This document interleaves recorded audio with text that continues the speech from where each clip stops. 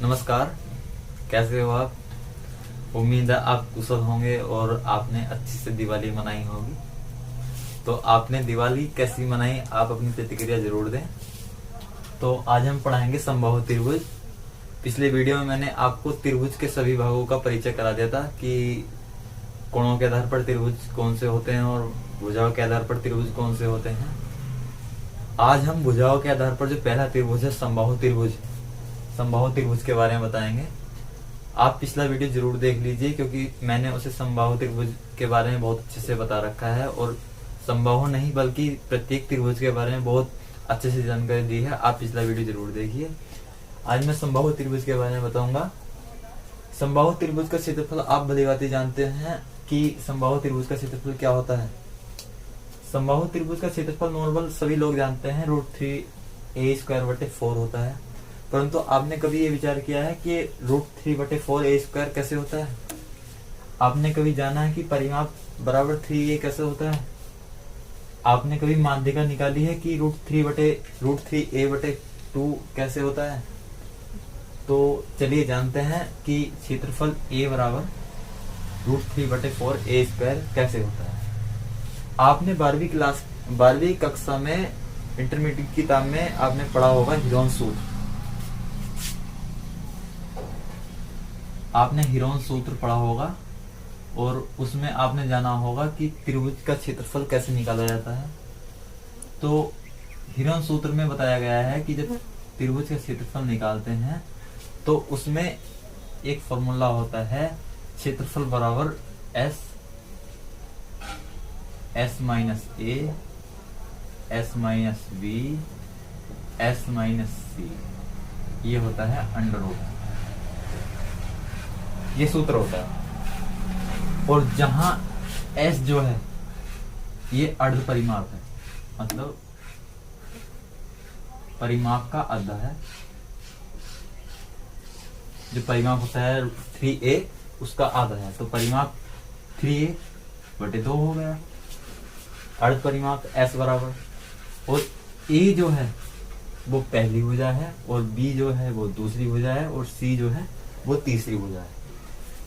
जब हमने S भी निकाल लिया और A B C हमें पता है तो हम सूत्र से निकाल सकते हैं फॉर्मूला। S की जगह 3a/2 रख दो और हम प्रत्येक का मान रख देंगे।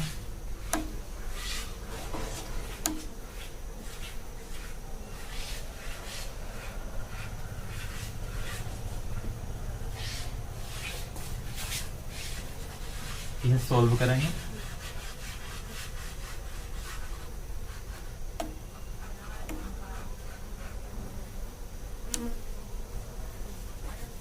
प्रत्येक का मान रखने पर हम इसे सॉल्व करते हैं।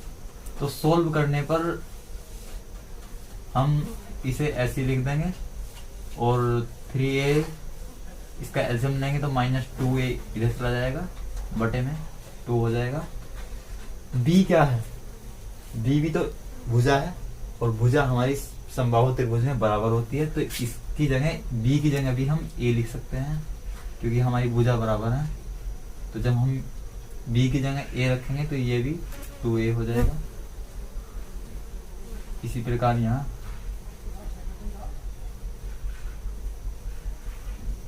इसे सॉल्व करने पर 3a/2 और यहाँ बचेगा a/2, यहाँ भी a/2 और यहाँ भी a/2, a/2 4 बार a/2 आ गया। तो हम जब इस अंडर से बाहर निकालेंगे तो ये a/2 2 बार बाहर निकल जाएगा, 4 का 2 हो जाएगा और 3 का जो हो जाएगा, जो 3 बचा हुआ है ये √3 हो जाएगा। तो इससे बना हमारा फॉर्मूला √3/4a²। √3 बाहर ले लिया और a की गुणा a²/2 दूनी। पता चल गया आपको कि हीरोन सूत्र से हमने क्षेत्रफल कैसे निकाला समबाहु त्रिभुज का। अब जाके हमें पता चला कि समबाहु त्रिभुज का क्षेत्रफल जो होता है √3a² 4 होता है। परिमाप तो सबको पता है कि जो चारों तरफ की जो भुजा होती है उनका जो योग होता है वही परिमाप कहलाता है। एक भुजा ये है, एक भुजा ये है, एक भुजा ये है, तीनों ए हैं, तो ए को जोड़ने पर जो योग आएगा वो 3a होगा। इसी प्रकार माध्यिका, माध्यिका हम कैसे निकालते हैं? माध्यिका निकालने के लिए माध्यिका जो होती है वो एक भुजा पर डाले गए लंब से दूसरी भुजा के बिंदु तक होती है, उसे ही हम माध्यिका कहते हैं। माध्यिका h निकालने के लिए हम इसे आधा निकाल लेते हैं, इसे हम आधा आधा त्रिभुज तोड़ लेते हैं। जब हम आधा आधा तोड़ेंगे तो ये जो हो जाएगा ये a/2 हो जाएगा और यहाँ a हो जाएगा, इसे d मान लेते हैं। तो ये बन गया हमारा अर्ध समबाहु त्रिभुज। तो हमने 12वीं में या 10वीं में पढ़ा होगा पाइथागोरस थ्योरम, क्योंकि यहाँ 90 डिग्री है, जब हम इस पर लंब डालते हैं तो वो 90 डिग्री का कोण बन जाता है। तो ये होता है परपेंडिकुलर, ये होता है हाइपोटेन्यूस, ये होता है बेस। तो जब हम h निकालेंगे बेस, तो h² बराबर a² माइनस a² बटे 2 दूनी 4। तो हम जब इसका एलसीएम लेंगे तो ये हो जाएगा 3a² बटे 4 और h बराबर हो जाएगा √3a² बटे 4 और ये हो जाएगा √3 बटे 2a। आपको पता चल गया कि माध्यिका कैसे निकलती है और क्षेत्रफल कैसे निकलता है और परिमाप कैसे निकलता है। अब आप यदि भूल भी जाए तो इन सूत्र को याद रखें और पाइथागोरस थ्योरम लगाए माध्यिका में, आप सूत्र तैयार। अब हम निकालेंगे इसके जो प्रश्न आते हैं ग्रुप डी और एनटीपीसी में, अलग अलग एग्जाम में, विभिन्न एग्जाम में, उसमें जो इसके प्रश्न आते हैं समबाहु त्रिभुज के, हम वे निकालेंगे। आप देखते रहिए।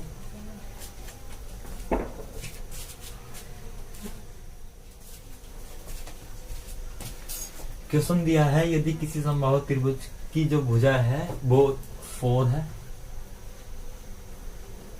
मान लिया हमने a बराबर 4 है, और कह रहा है कि समबाहु त्रिभुज का क्षेत्रफल निकालें। तो हमें क्षेत्रफल का फॉर्मूला याद है। क्षेत्रफल का फॉर्मूला होता है √3 बटे 4a² इंटू में a²।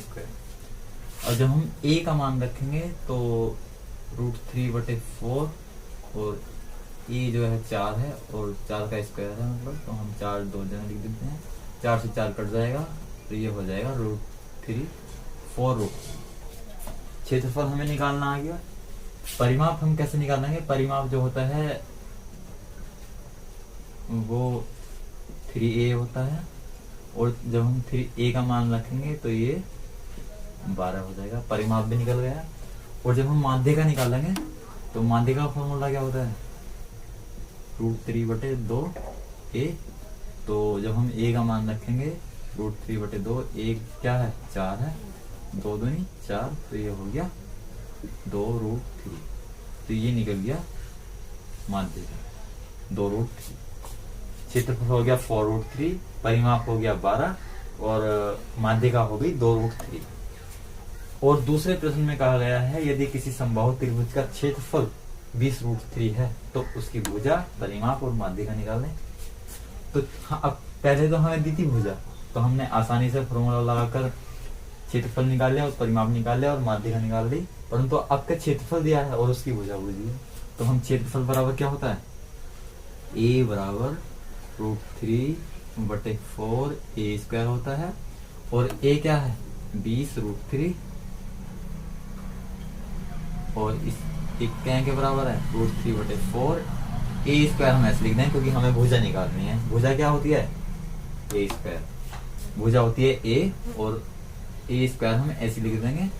तो √3 से √3 कट जाएगा और जब ये 4 इधर जाएगा तो ये 20 चौक 80 हो जाएगा, ये हो जाएगा a²। और जब हम इस पर अंडर रूट लगाएंगे 80 पर तो a बराबर आ जाएगा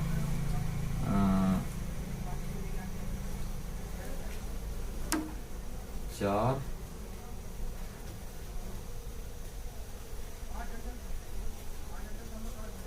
ये आ जाएगा 4√5।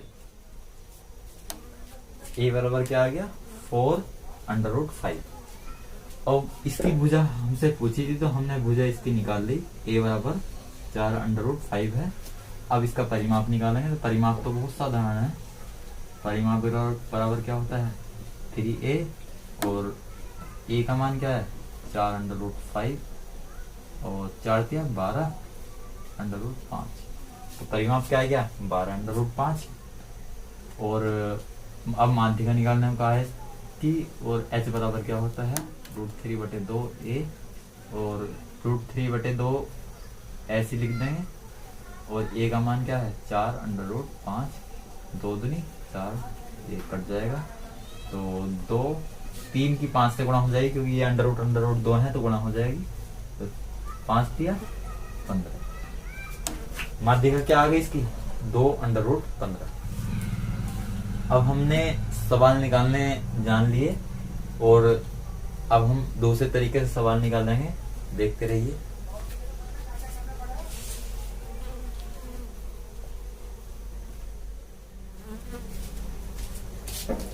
तो तीसरे सवाल में बताया गया है कि पूछा है इसने यदि किसी समबाहु त्रिभुज का परिमाप 12 है, अब की बार इसने परिमाप दिया है और भुजा क्षेत्रफल माध्यिका पूछी है, तो परिमाप जो है वो 3a होता है और 3a बराबर क्या है 12 है।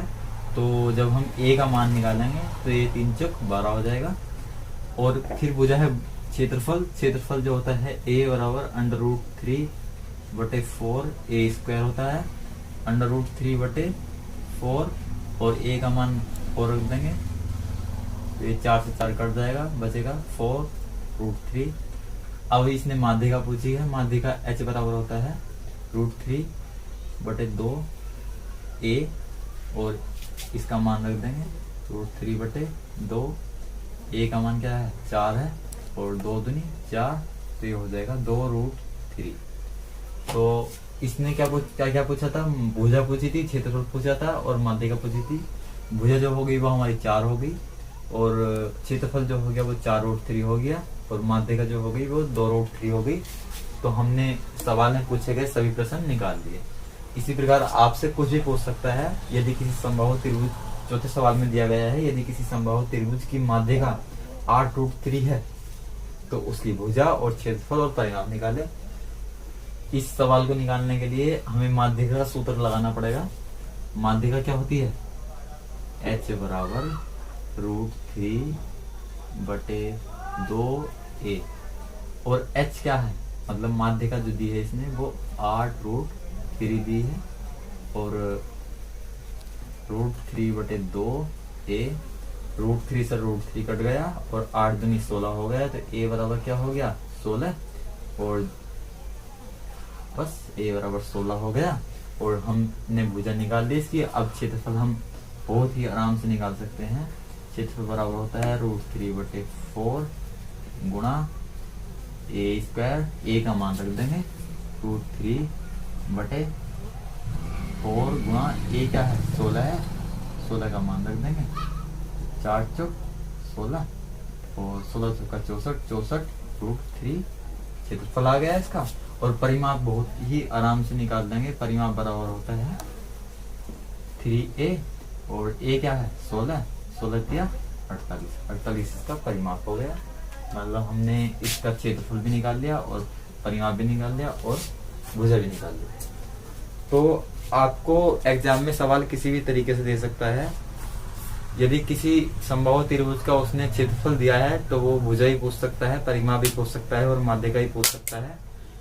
और यदि उसने भुजा दी है तो बहुत ही आसान है। यदि आपको फॉर्मूला याद है समबाहु त्रिभुज के क्षेत्रफल का और परिमाप का और माध्यिका का, तो आप बहुत ही आसानी से निकाल सकते हैं।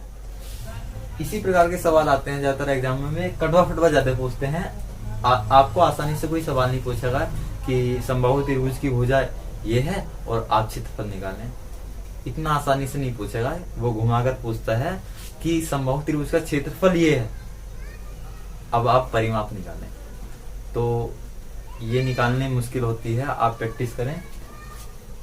मैंने आपको समझा दिया है, आप इसी प्रकार सवाल लगाएं और अपनी तैयारी अच्छे से करें। इसी प्रकार के सवाल आते हैं ज्यादातर एग्जामों में क्योंकि वो कटवा फटवा ज्यादा पूछता है। तो आप अपना सुझाव जरूर दें कि आपको ये वीडियो कैसा लगा। धन्यवाद।